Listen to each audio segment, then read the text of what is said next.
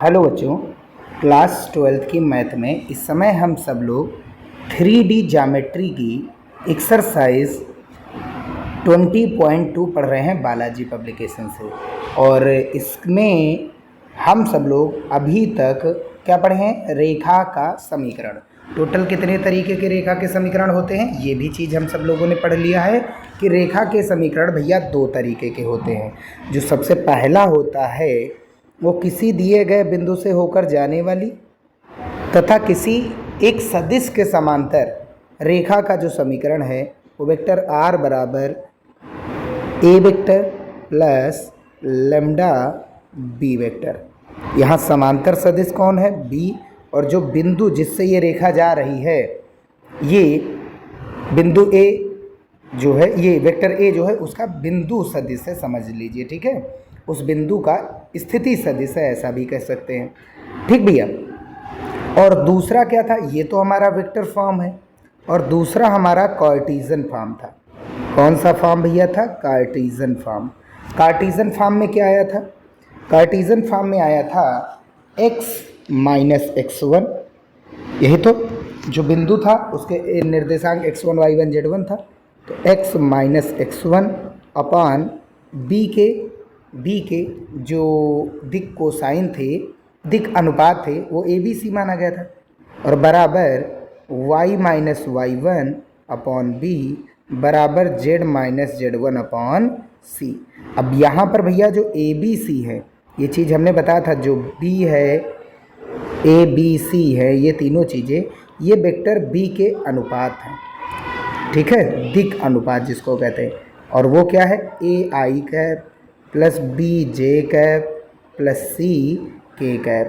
और जो x1 y1 और z1 हैं ये बिंदु A के दिक अनुपात है, यानी इन्हीं बिंदुओं से जो रेखा हम समीकरण जिसका निकाल रहे हैं इन्हीं बिंदुओं से होकर जा रही है। बढ़ते हैं अपने क्वेश्चन की ओर। अब हम इस वीडियो में क्वेश्चन नंबर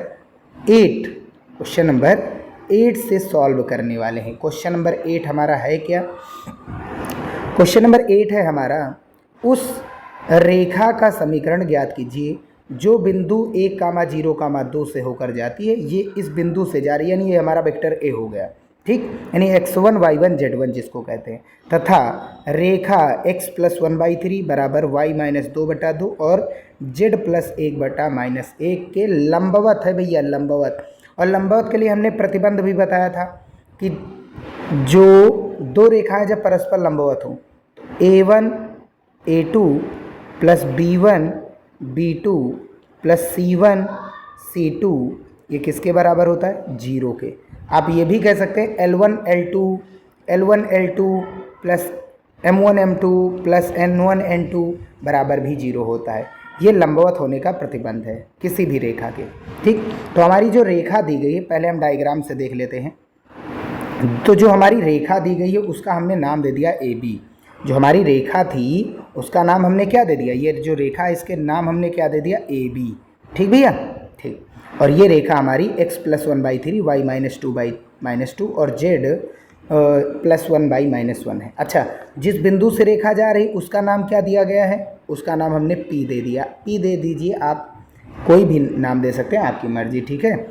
P नाम दे दीजिए, C या D नाम दे दीजिए। और ये रेखा जो है 1,0,2 से होकर के जा रही है, ठीक है। ये जो रेखा है, जो दी गई रेखा पर क्या है? वो लंब है, लंबवत है, यानी कि दोनों रेखाओं के बीच ये जो रेखा है और ये रेखा AB जो हमें समीकरण जिसका दिया गया है भैया, जिसका हमें समीकरण दिया गया है, इन दोनों के बीच कोण कितना है? 90 अंश, ठीक है। तो ये 90 अंश हमने दिखा दिया। अब आगे रेखा 1 जो हमारी ये है इक्वेशन फर्स्ट के नाम से, रेखा 1 को हम इसको किसके बराबर नाम दे दिए हैं? R के बराबर। अगर हम इसको R के बराबर या फिर इसी को लेम्डा के बराबर मान ले तब क्या होगा? तब हम यहाँ से वैल्यू निकालेंगे। यहाँ से क्या निकालेंगे भैया? वैल्यू। अब यहाँ से हम निकालेंगे x की वैल्यू। किसकी वैल्यू निकालेंगे भैया? यहाँ से x की वैल्यू निकालेंगे, ठीक है। और यहाँ से y की वैल्यू निकालेंगे और यहाँ से z की वैल्यू निकालेंगे। क्यों? क्योंकि इस रेखा पर स्थित कोई भी बिंदु जो है वही आपका यहाँ से x y और z है। क्या है भैया, एक्स वाई और जेड। जो एक्स वाई जेड है ये दरअसल यही पॉइंट क्यों ही है भैया। ठीक भैया, चलिए आगे बढ़ते हैं। ये कई बार हमने बताया, तो यहाँ पर हम इसको किसके बराबर मान दे रहे हैं, हम इसको मान ले रहे हैं आर के बराबर। किसके बराबर, आर के बराबर। ठीक भैया, अगर आर के बराबर मानेंगे तो एक्स की वैल्यू यहाँ से कितनी हो जाएगी, एक्स प्लस 1/3 किसके बराबर, आर के बराबर। तो ध्यान से समझिए, अगर x प्लस 1/3 ये r के बराबर है तो x की वैल्यू यहाँ से कितनी आ जाएगी, ये इधर गुणा हो जाएगा 3r और 1 इधर लाएंगे तो -1 हो जाएगा। तो ये बन जाएगी हमारी x की वैल्यू। किसकी वैल्यू बन जाएगी भैया, x की वैल्यू, जो कि कितनी आई है, जो कि आई है 3r - 1। क्लियर बात, क्लियर बात। हम इसको परमानेंट लिख दे रहे हैं r के इक्वल। अब आगे ये वाली चीज़ हमको किसके बराबर रखनी है, इसी r के बराबर। तो 2 × 2 -2r और ये 2 इधर आएगा माइनस का प्लस में हो जाएगा। तो -2r + 2 ये किसका निर्देशांक हो गया, y का मान हो गया। ठीक है, यानी निर्देशांक y हो गया। अब ऐसे ही z की वैल्यू निकालेंगे तो -1 की वैल्यू, -1 का माइनस r से गुणा कराएंगे, भाई यही तो होता है, इसको इसके बराबर रखते हैं। तो -1 का r से गुणा कराएंगे तो माइनस का r हो जाएगा और ये 1 प्लस का जो है इसको इधर लाएंगे तो ये माइनस में हो जाएगा, यानी हमको z का मान भी मिल गया। और ये z, ध्यान से समझिए, ये जो बिंदु हैं ये किस रेखा के हैं, AB के। और AB पर हमने एक कोई पॉइंट P ले लिया और उसी से ये जो रेखा हमको जिसका समीकरण निकालना है उसी से ये होकर के जा रही है। ठीक, कोई भी पॉइंट हो सकता है कहीं भी, और क्यों का भी निर्देशांक, यहाँ का निर्देशांक यहाँ यहाँ यहाँ, भाई x, इस रेखा पर कोई भी वेरिएबल x y z कोई भी हो सकता है, कहीं भी हो सकता है x y z। ठीक है, ये पॉइंट क्यों, और ये पॉइंट क्यों हमने वही दिया जहाँ से ये रेखा जो हमारी P से होकर के जा रही, पॉइंट P से लंबवत जा रही है AB पर, उसी को हमने नाम दे दिया Q। यानी कुल मिलाकर के इन दोनों का प्रतिच्छेदी पॉइंट हो गया। ठीक, और इसके निर्देशांक को हमने क्या नाम दे दिया, Q नाम दे दिया। अब PQ के दिक् अनुपात निकालेंगे। PQ के दिक् अनुपात, भाई हमको पता है, P भी पता है, Q भी पता है, और दिक् अनुपात निकालने का फार्मूला क्या है, A बराबर x2 - x1, B बराबर y2 - y1 और C बराबर z2 - z1। यही तो है, यही तो रूल है। तो भैया यही रूल हम यहाँ पर लगा रहे हैं। ठीक है, इसको हटा देते हैं। तो इन दोनों बिंदुओं के बीच हमको निकालना है, तो वही चीज़ हम कर रहे हैं, PQ का दिक् अनुपात निकाले हैं। तो x2 - x1, हमारा x2 कितना है 3r - 1 और r1 कितना है, x1 कितना है 1। ठीक है, x2 और -x1 कितना हमारे पास 1 है कि नहीं है, ये 1। तो 1 को अगर इसमें से घटाएंगे Q वाले में से, तो ये 1 माइनस का और यहाँ 1 माइनस का पहले से ही था, तो ये -2 हो गया 3r - 2। ऐसे ही ये वाला अगर निकालेंगे तो सेकंड वाला ये तो हो गया A और ये B होगा, ये C होगा। तो ये क्या होगा, x2 - x1 जैसे हुआ था वैसे ही इसका y2 - y1। y1 कितना हमारे पास है 0, तो y2 कितना है, ये -2r + 2 में से 0 घटाएंगे तो यही आएगा। अब z2 - z1, तो ये हमारा z2 है और z1 हमारे पास कितना है, P का निर्देशांक कितना है 2, और 2 इसमें से घटाएंगे तो -2 और -1 कितना हो जाएगा, -3 हो जाएगा। तो ये बन गया हमारा दिक् अनुपात। ये जो है ये हमारा क्या बन गया, दिक् अनुपात बन गया। ठीक भैया, अब आगे बढ़ते हैं।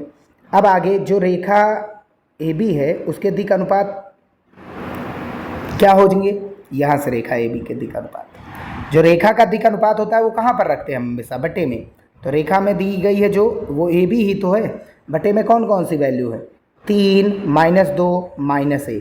तो यही है 3 - 2 -1। इस AB के दिक् अनुपात जो बटे में है वही दिक् अनुपात होते हैं रेखा के, और जो ये x के साथ लिखे होते हैं, y के साथ, z के साथ, ये वो बिंदु है जहाँ से ये AB रेखा जा रही है। कोई भी बिंदु हो सकता है यहाँ पर कहीं पर भी। ठीक, अब PQ और AB क्या है, परस्पर लंब है, और जब दो रेखाएं परस्पर लंब होती है तो इसके लिए हमने रूल बता दिया है। इसके लिए हमने रूल क्या बताया है, इसके लिए रूल हमने बताया कि A1 A2 + B1 B2 और +C1 C2 बराबर कितना होता है, 0 होता है। कितना होता है भैया, 0। और वही काम हम यहाँ पर करेंगे। तो ये हमारा, ध्यान से समझिए, ये हमारा हो गया A1 B1 C1, तो ये हो जाएगा A2 B2 C2। ठीक भैया, ठीक है ना। चलिए बढ़ते फिर आगे। तो ये A1 हमने कितना नाम दिया, ये चलो नाम दे देते हैं A1 3 और A2 कितना है, ये इसका अधिक अनुपात कितना है, देखो 3R-2, ठीक 3R-2 है, ये -2 है, सॉरी माफ़ कीजिए, यहाँ पर -2 होगा भैया, यहाँ पर कितना होगा, -2 होगा, ठीक है 3R-2 और ये 2R+2 है, ये B2 की वैल्यू और C2 कितना है -R-3 और यहाँ पर A1 A2 प्लस B1 कितना है -2, माइनस से आगे गुणा -2, B2 कितना है -2R+2, C1 -1 और C2 कितना है -R-3 बराबर कितना हो जाएगा 0। ये चीज़ क्लियर है, ठीक है। अब यहाँ से इसको सॉल्व करेंगे, 3 तरह की ये कितना हो जाएगा, इधर हम लिखे दे रहे हैं 3 तरह की 9, इसको इरेज किए दे रहे हैं, याद रखना बस। हम इसको सॉल्व कर रहे हैं, ये जो लाइन हमारी है हम इसको सॉल्व कर रहे हैं, ठीक है। सॉल्व करने के लिए इसका अंदर मल्टीप्लाई कराएंगे ये वाला, तो कितना हो जाएगा, ये हमारे पास होगा 3 तरह की 9R, ठीक, अंदर गुणा कराएंगे 3 दूनी 6, फिर यहाँ पर अंदर गुणा कराओ -2 से, -2 का -2R से माइनस माइनस प्लस का 4R हो जाएगा। अब -2 का अंदर 2 से कराएंगे, प्लस वाले से माइनस का 4 हो जाएगा। अब -1 का अंदर गुणा करेंगे तो चिन्ह बदल जाएगा, तो R हो जाएगा प्लस का 3 हो जाएगा, प्लस का और बराबर में कितना 0। सॉल्व कर लीजिए, कुछ कैंसिल आउट होगा नहीं होगा। अब ये 9 4 13 और 1 14, 14R हो गया, ठीक है। और ये -4 -6 -10 में से 3 घटा दो, -7।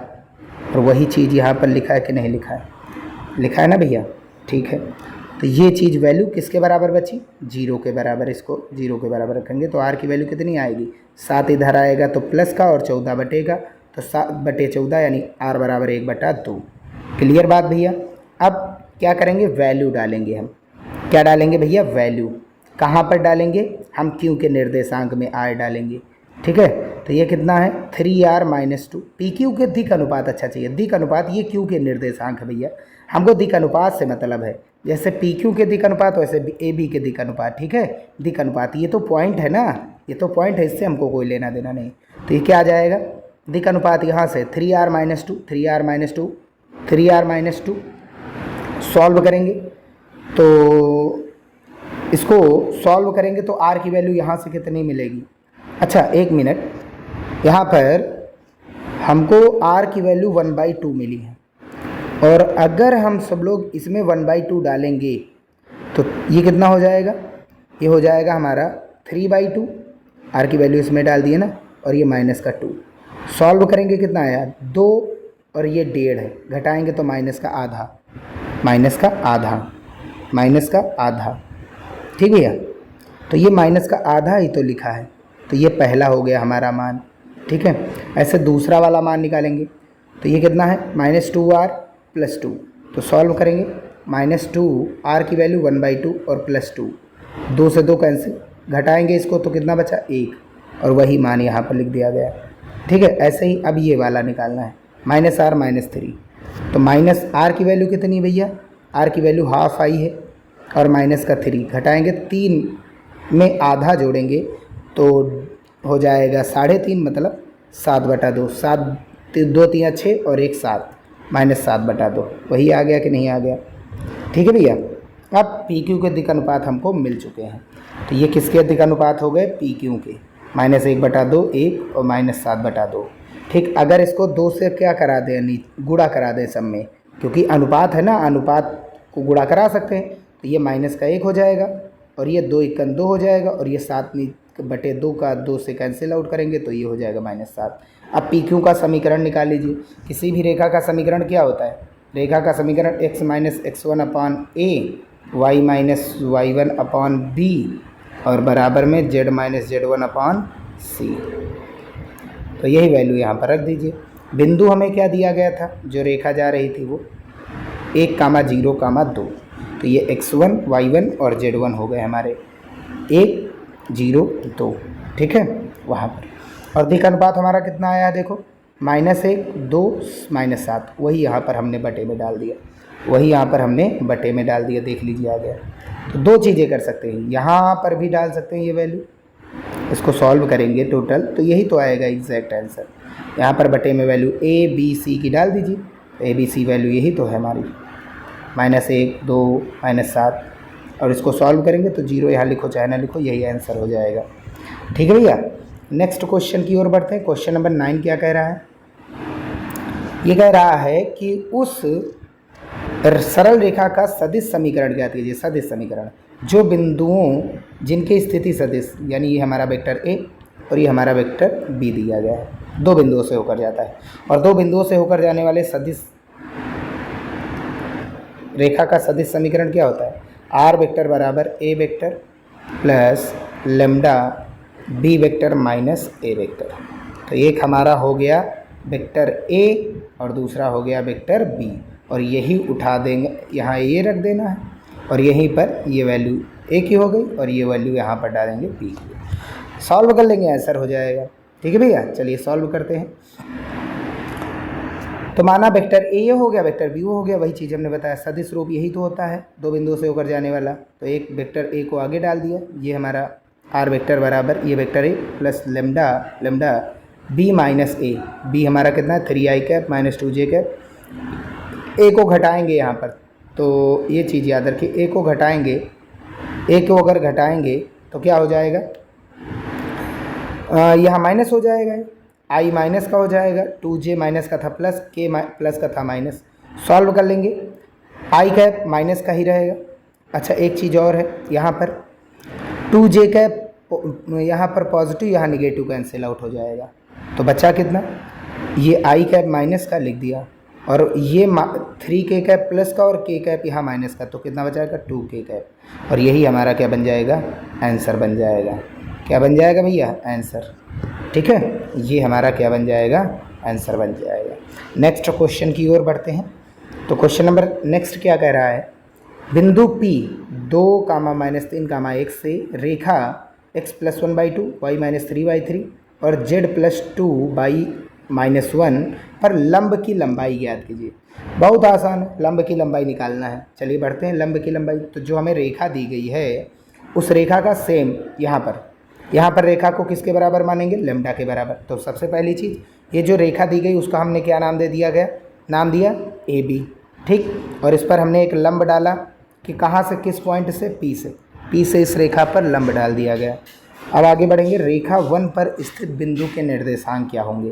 तो रेखा 1 जो हमारी ये है AB, इस पर एक कोई पॉइंट जो क्यों हमने रैंडमली ले लिया जिससे ये लंब की लंबाई हमको निकालना, जैसा कि अभी हमने क्वेश्चन नंबर 8 में किया था। तो वो क्या होगी, तो उसके लिए हम क्या करेंगे, इसको लेम्डा के इक्वल मान लेंगे इस AB को, और यहाँ से इस AB रेखा के लिए x y z की वैल्यू निकालेंगे। तो इसको किसके बराबर माने, लेम्डा के बराबर।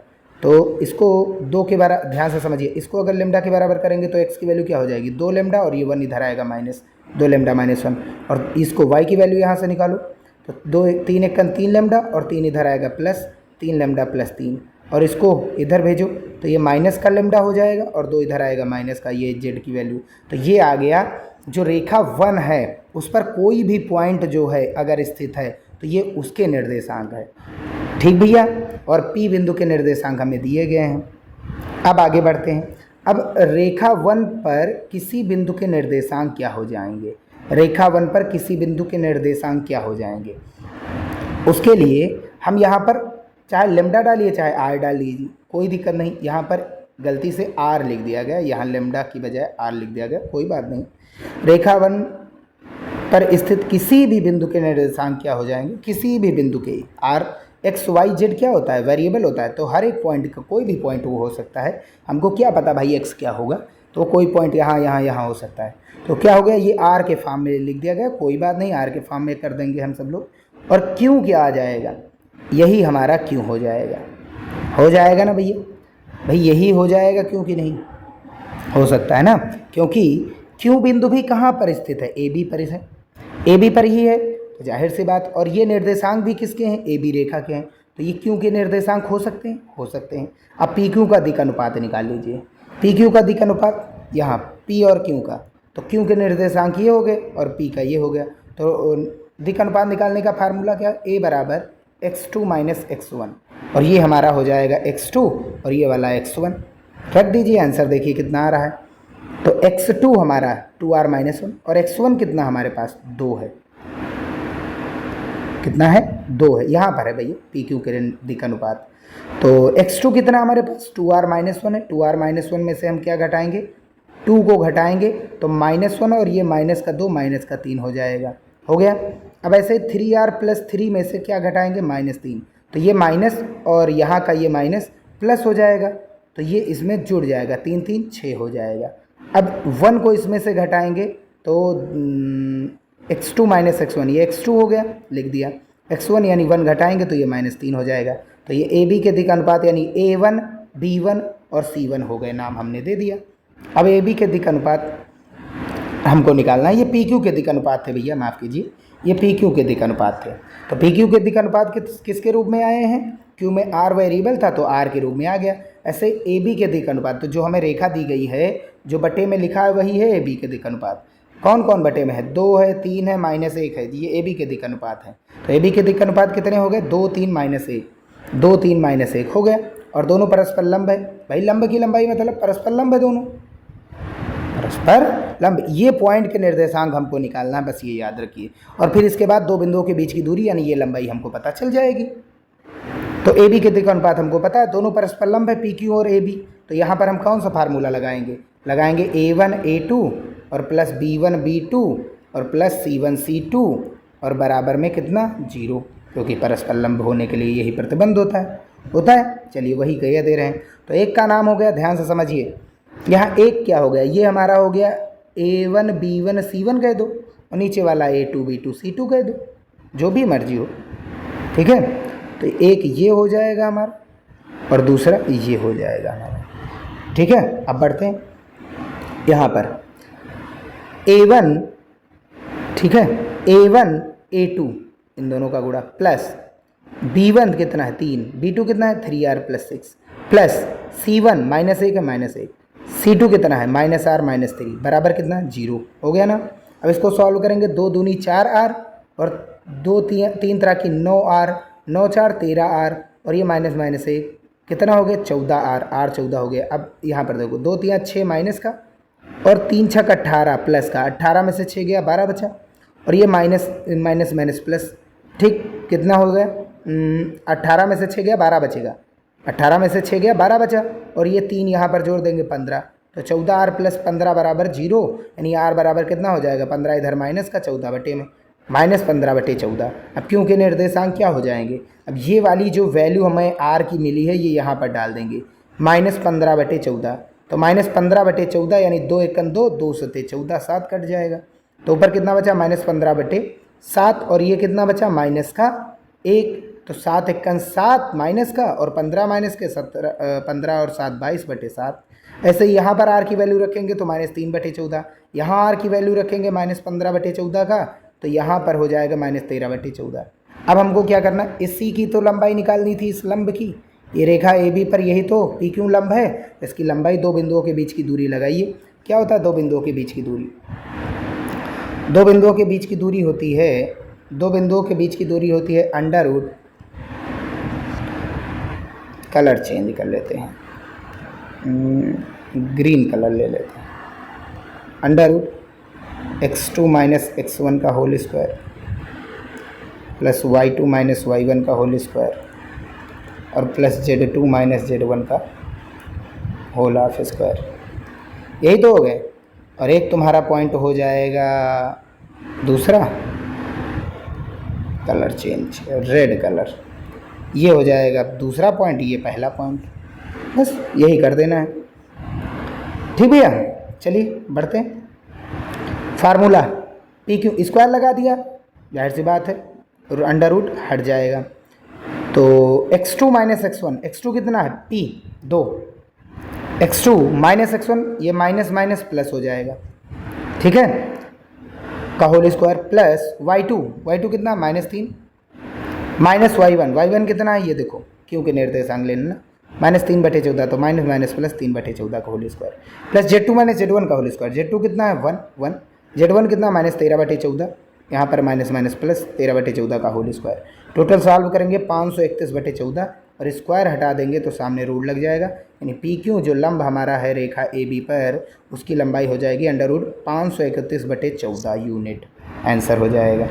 ठीक भैया, अब आगे बढ़ते हैं, क्वेश्चन नंबर 11 देख लेते हैं। उसमें क्या कह रहा है, उस सरल रेखा का समीकरण ज्ञात कीजिए जो इस रेखा के समांतर है तथा बिंदु से होकर जाती है।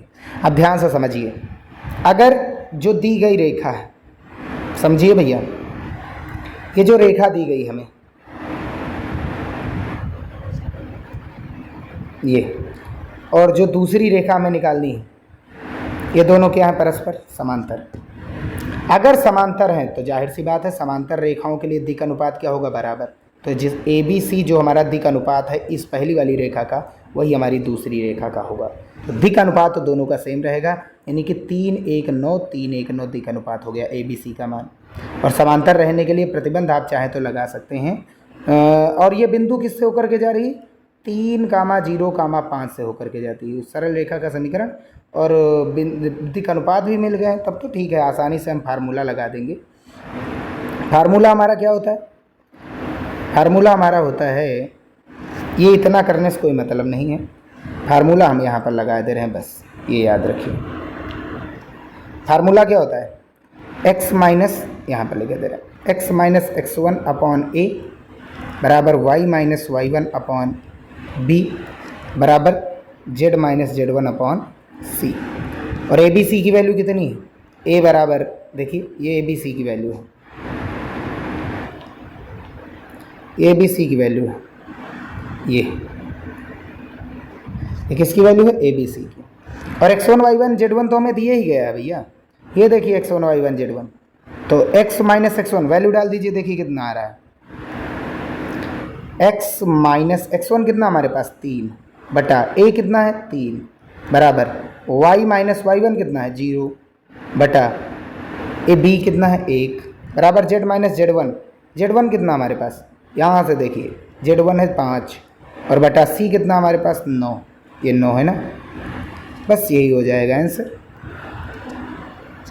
यही आंसर हो गया भैया, और कुछ करना ही नहीं इसमें। ठीक, हमको दिक् अनुपात कहाँ से मिला, इस समांतर रेखा से, और इस बिंदु से x1 y1 z1 आंसर हो जाएगा, और वही आंसर यहाँ पर देख लो आ रहा है। आगे बढ़ते हैं नेक्स्ट क्वेश्चन की ओर।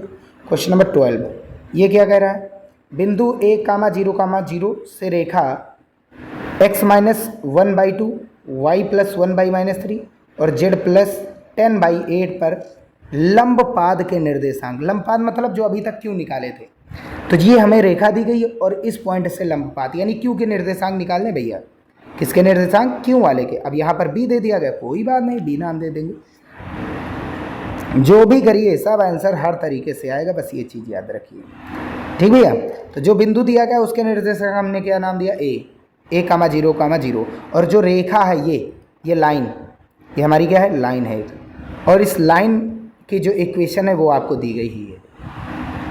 ठीक, इस लाइन की ये इक्वेशन है।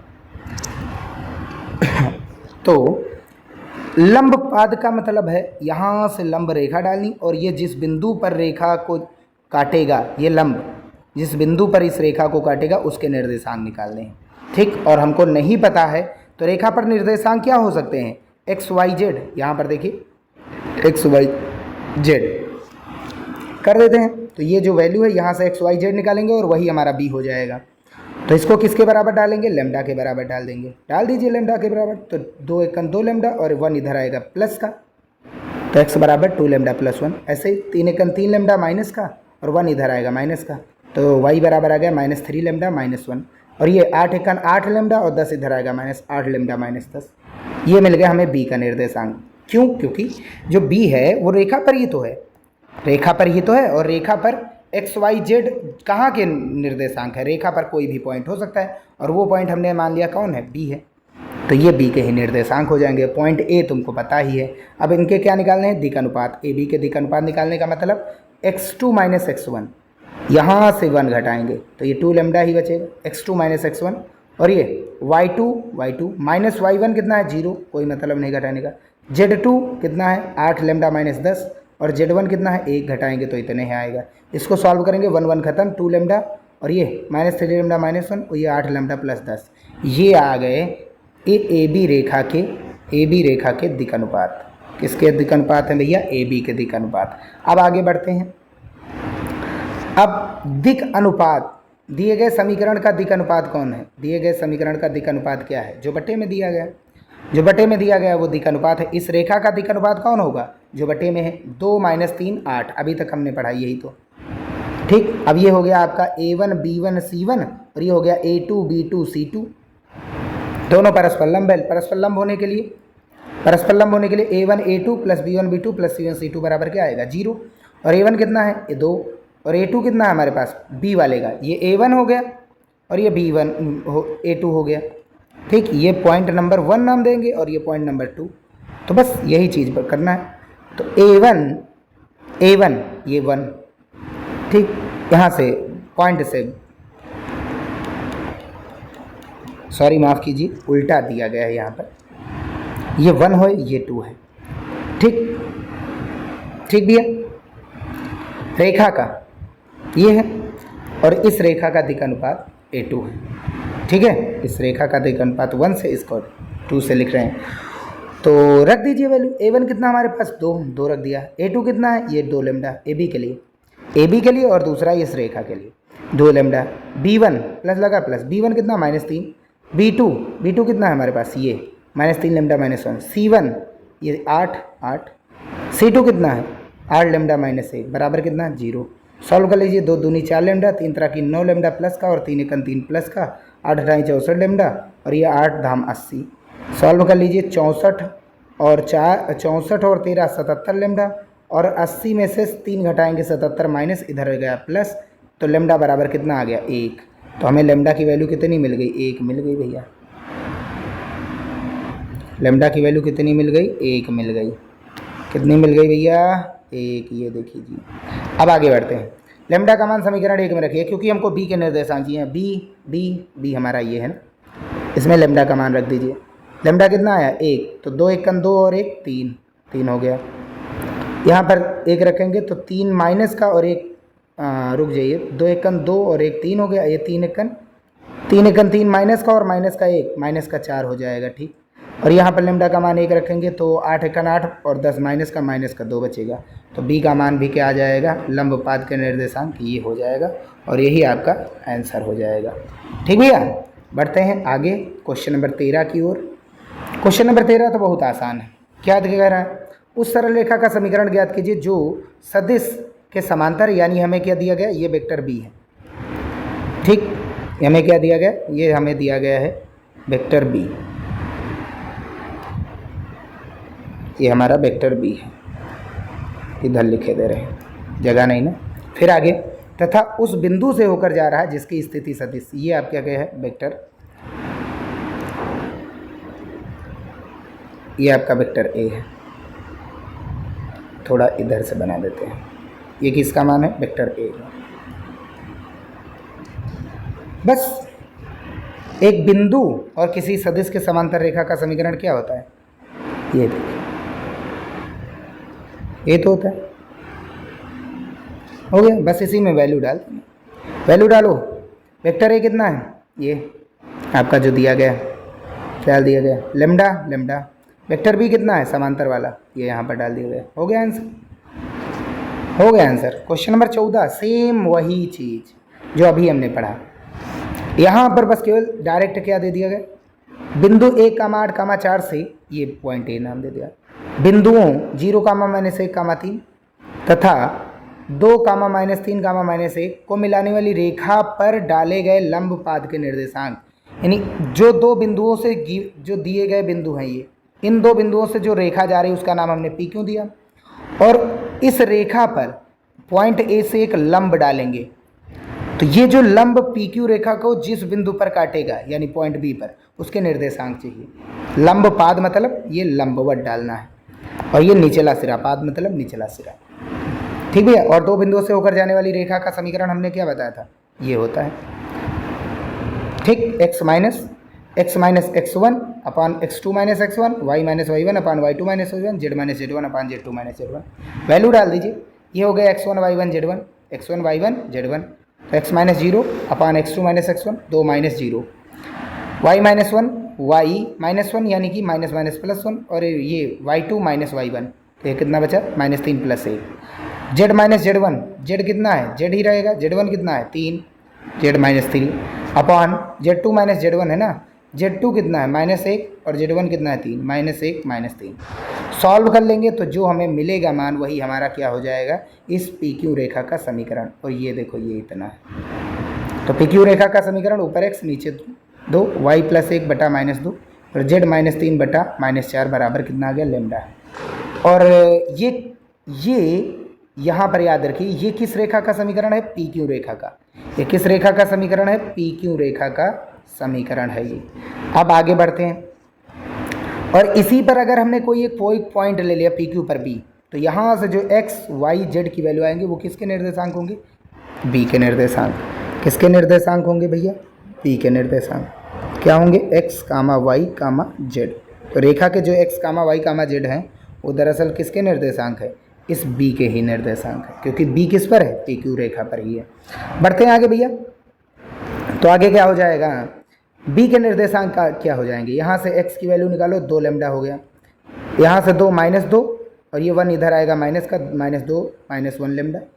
ठीक, ये y की वैल्यू, z की वैल्यू निकालेंगे यहाँ से माइनस 4 और y 3 इधर आएगा तो प्लस का, माइनस 4 लेमडा प्लस 3 हो गया z की वैल्यू।